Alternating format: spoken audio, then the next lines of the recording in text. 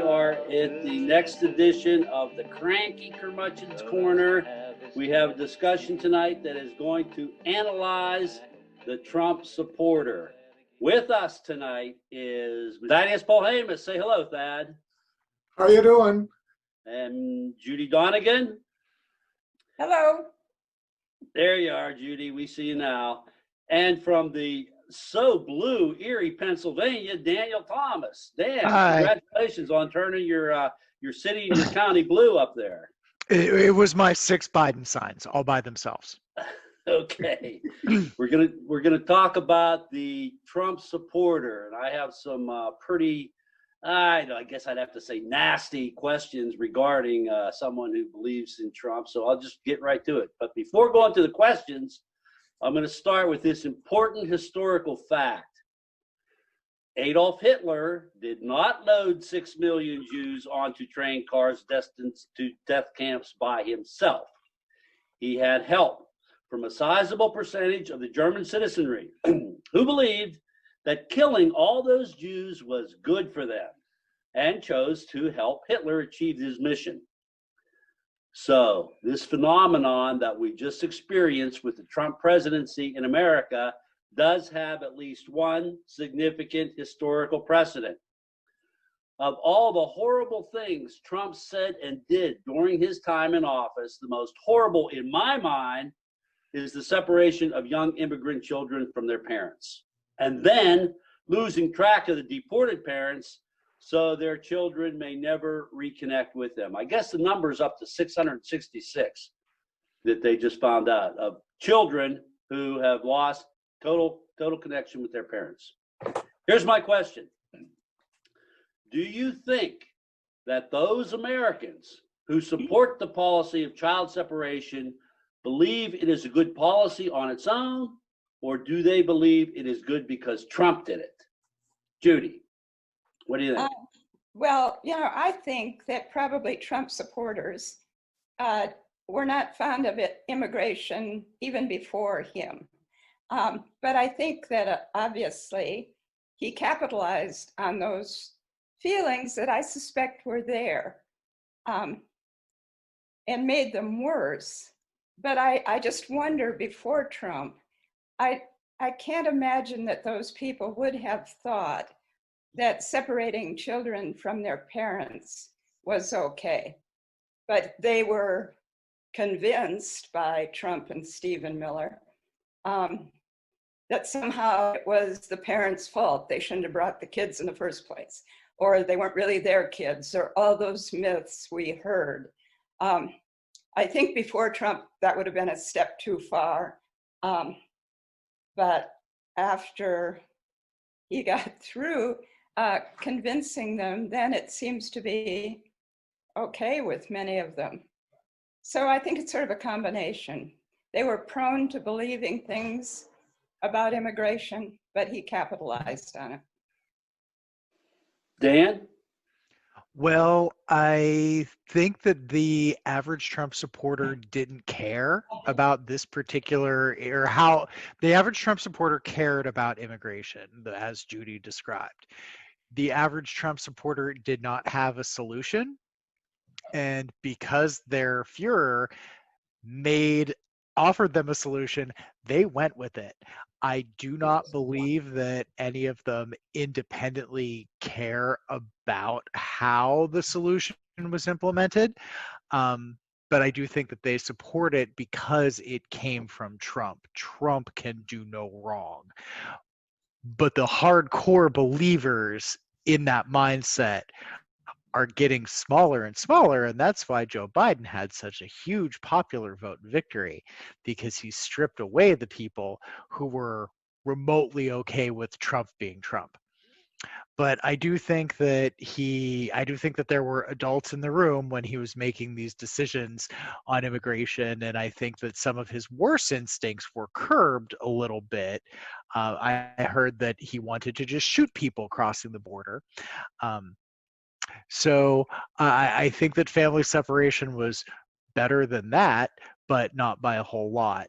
I don't think, however, that the United States engaging in what's essentially become human trafficking is ever going to be a bright spot. And I think history will look very poorly on this time period and how we behaved as a country that we allowed this to happen.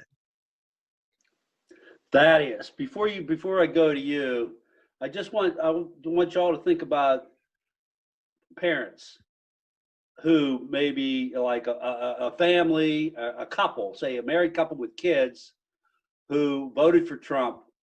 If that question was posed to them, like, okay, you're a parent, how would you feel if someone just came into your place and took your kids away and then took them in a place where you would never see them again?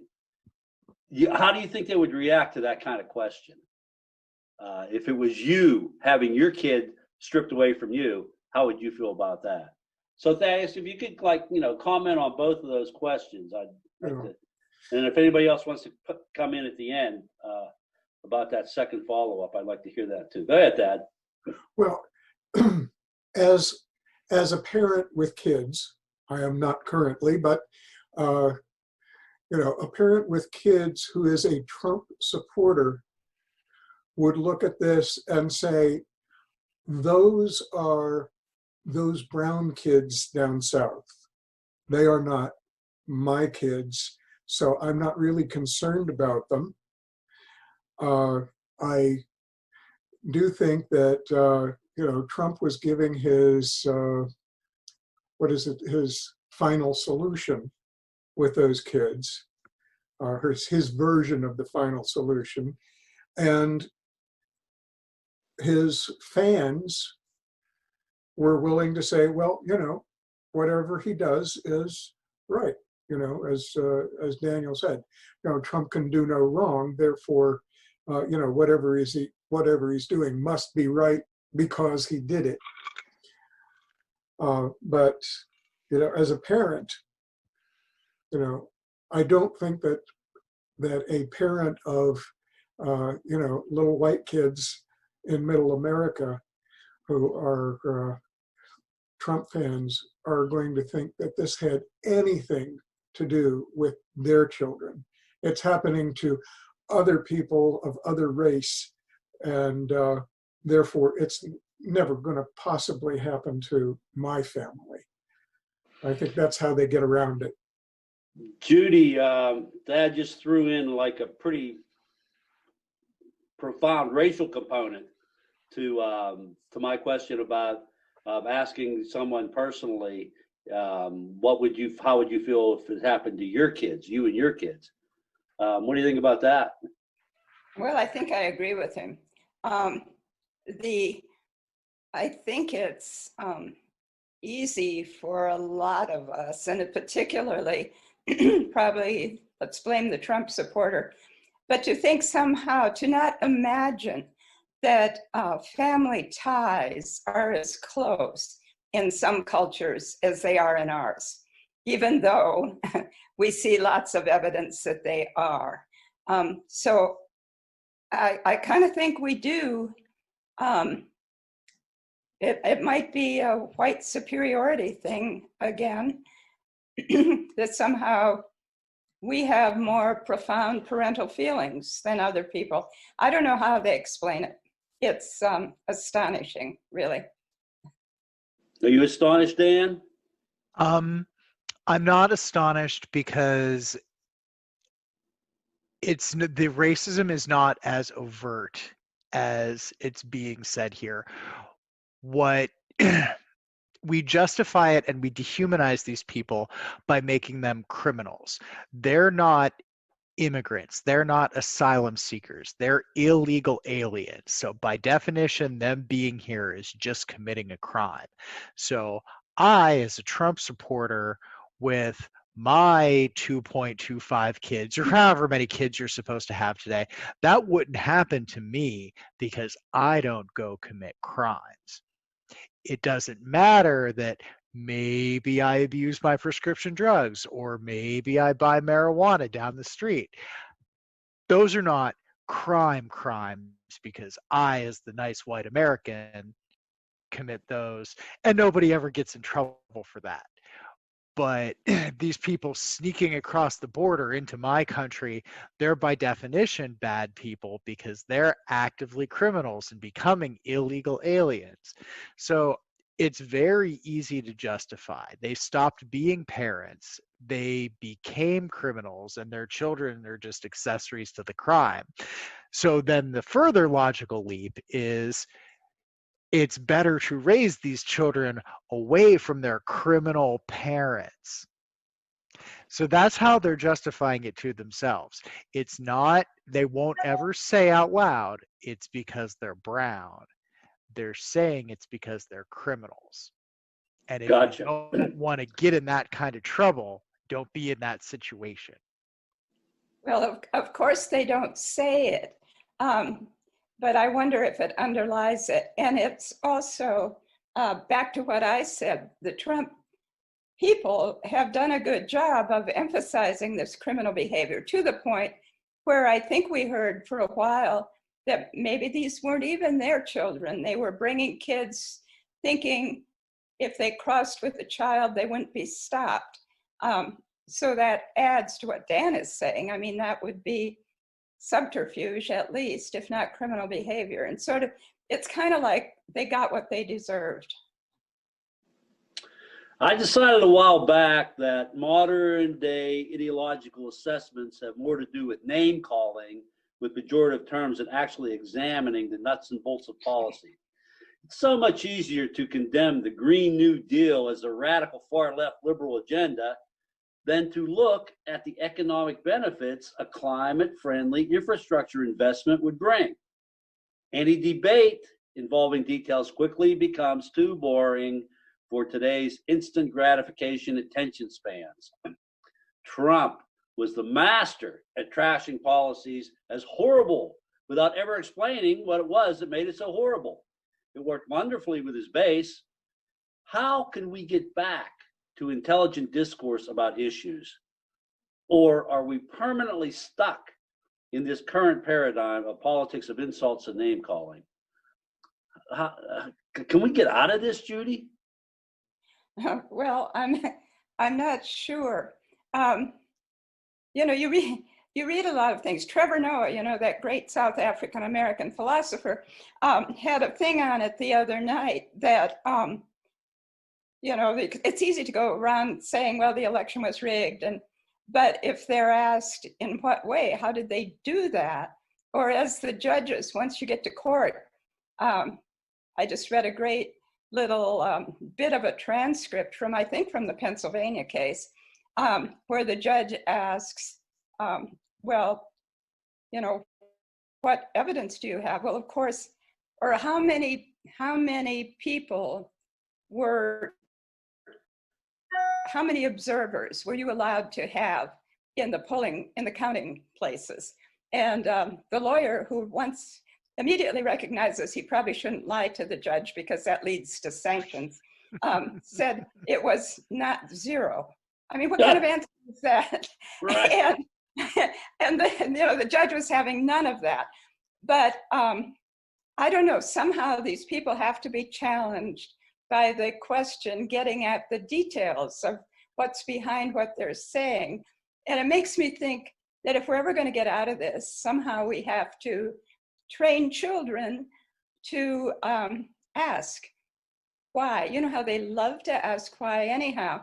And maybe we have to stop saying as parents, which I know I did, you know, why can't I stay out till midnight because everyone else is? Well, because I said so. That might not be an answer we should be giving. We might be, maybe we need to train our children to probe, to ask more questions. So you're basically saying that the way out of this is through education. Well, if we like improve the quality of everything else. education. Yeah. Or maybe the comedians. I don't know. One or the other. Dan, you like comedy. What's your analysis of how we get out of this name calling, insult politics that we see mired in now? Well, if we burn Fox News and OAN to the ground, that's probably a good place to start. So you're basically saying propaganda is just what's really feeding this machine. Well, I have a problem with the question itself, because the way that it's being asked, that you are asking the question, it seems to me that how do we get everybody to a sane intellectual version of discourse where everybody's got access to real good information and can have an intelligent discussion about that? To which I challenge you, when have we ever had that in this country or any other? Because I go to work for 8 hours a day and I come home and have to clean my house and tend to my dog, and other people have kids that they need to chase around and you have to make dinner. So I don't necessarily have the time to read and understand complex policy ideas that are being put forth. I need a quick summary. If something particularly interests me, then I can take the time and set aside the time to read it and to understand it. But most people will not have that time. That's why we have our representatives in government to make these decisions for us. And that's why we are sending them to our capitals to make those calls. I do think that we need to tone down the rhetoric, and MSNBC is a little guilty of this too, but not nearly as much as Fox and OAN are, with their opinion pieces that are just ruthlessly dumbing everyone down. So I think that we need to have news be objective news again. I don't think it can be propaganda or rhetoric, but I also don't think that we are ever going to have a society where people just have the time to dedicate to that, to a philosophy where we're just exploring and understanding all of this stuff on our own together and then discussing what the ramifications are. If I look at something like the Green New Deal, which didn't actually propose very many solutions, it's more just outlining the problems, I can say, all right, it's better for the planet if we have solar power instead of coal. I get it. There are ramifications to that proposal, like, are the coal miners going to be transitioned into working at the solar farms? Because if not, then they have questions about what happens to my job. So that's the kind of thing we can have a discourse about, but not everybody's going to be able to do that for every issue because there just aren't enough hours in the day. Thaddeus, no time for our busy lifestyles for anything but short summaries, is pretty much what Dan is saying. So what do you think about that? Well, this question made me think of a specific incident where the commentators were coming back afterwards and saying, we should have been doing this for the last 4 years.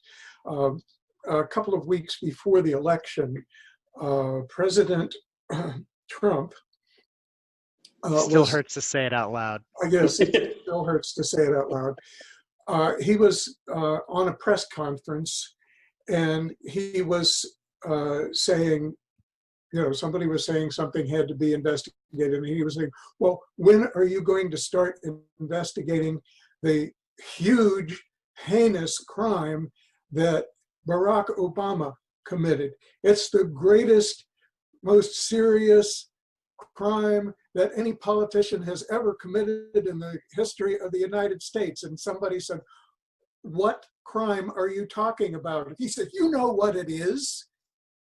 He would not say what crime he was accusing the former president of.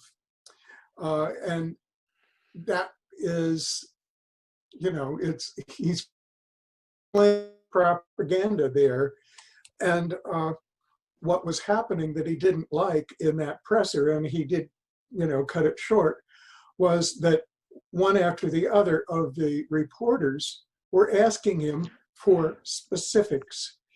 And I think that although, that will raise the temperature of the moment, that's the first step that we have to take when we hear something that doesn't add up or see something that doesn't add up. We all need to question.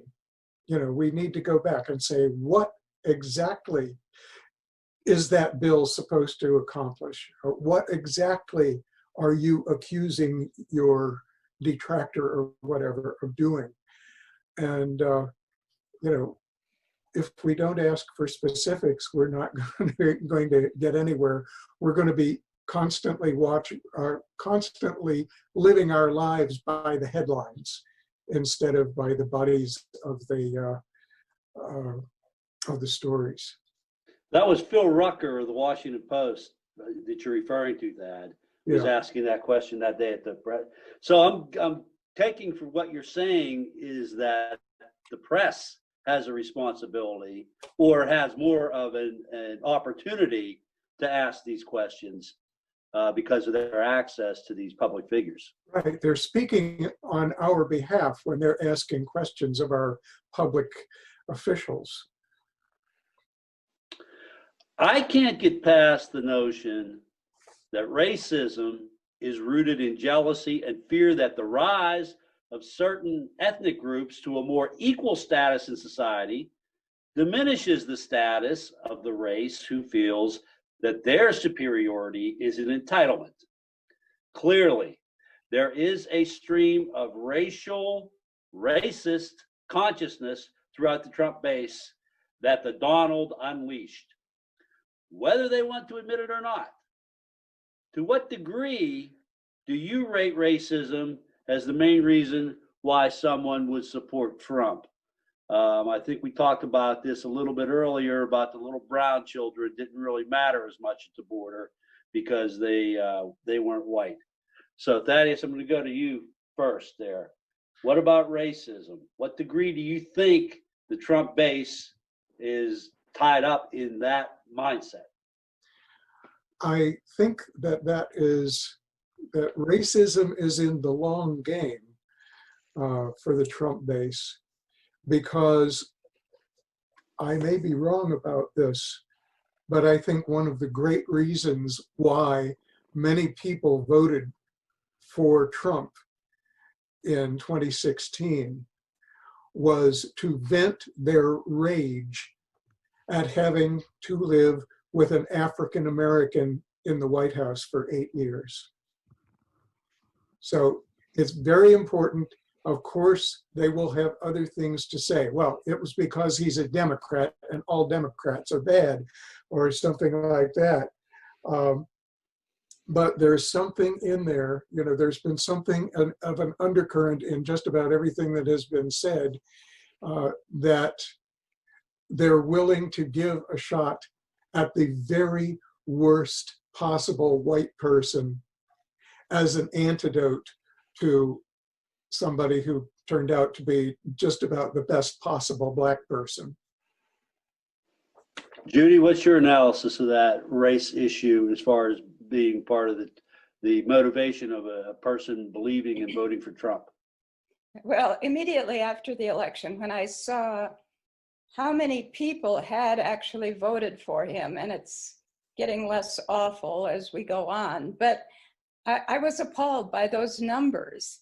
And I wrote this frantic thing to a friend of mine saying it was all about race.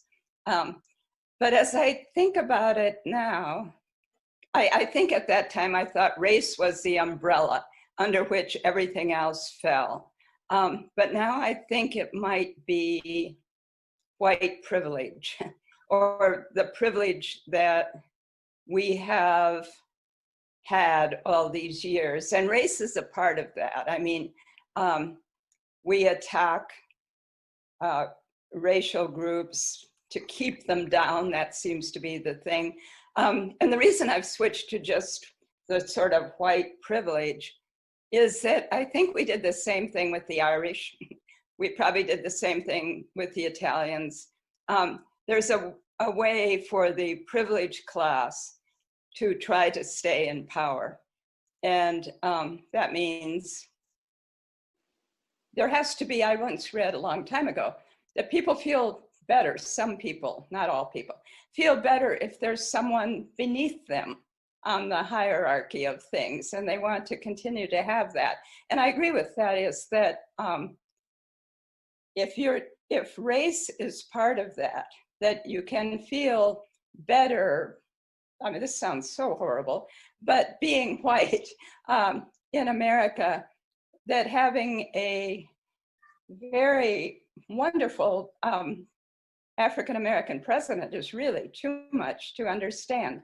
So I guess I think it's the attempt to maintain a feeling of superiority or something over other people. Race is part of it. Dan, how do you take it?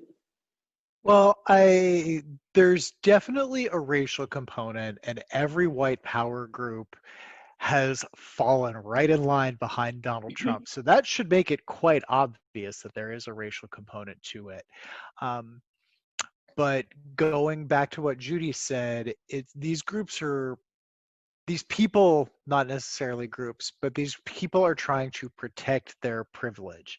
And for some reason, people see privilege as a pie. So if I have half of the pie and then you three have to share the other half, I've got more. That's how people see privilege. The more that other people have, the less is available for you. They don't think of themselves as racists, but they also don't see racism as a systemic issue. They see racism as a series of behaviors. So if I go out and am mean to my black neighbors because they're black, I am racist. But if I'm nice to them, I'm not racist. That's how they think. Now, the problem here is I don't own slaves. I've never owned slaves. I don't think anyone in my family history going back hundreds of years has ever owned a slave. But I am fully capable of taking advantage of the system that the slaves built, and that the segregation and Jim Crow and all those other ugly stains on our national history have built up. I'm totally capable of navigating that world without ever thinking about it. When there are people who are alive today whose grandparents or great-grandparents were slaves, and they don't have that luxury. The Trump supporter, it's not out of a sense of malice, but I do think that they try really hard not to think about those bad things that happened. If they want to see the playing field as completely equal, because that's the American dream, right? Everybody's equal. Then what they're seeing is, I'm just that person over there, just as good as me. It doesn't matter that I have two educated parents who stayed married for my whole life and were able to help me pay for college. And now I've got the good job because I had those advantages, whereas that other person who is my age maybe didn't have any of those things going for them. It's their fault that they're not doing as well as me. All right, that concludes part one of our analysis of the Trump supporter. Stay tuned for the next Cranky Curmudgeon Corner, where we're going to have more questions in our analysis of the Trump support. So until then, thank you all for tuning into the Curmudgeon Corner, and we'll see you next time.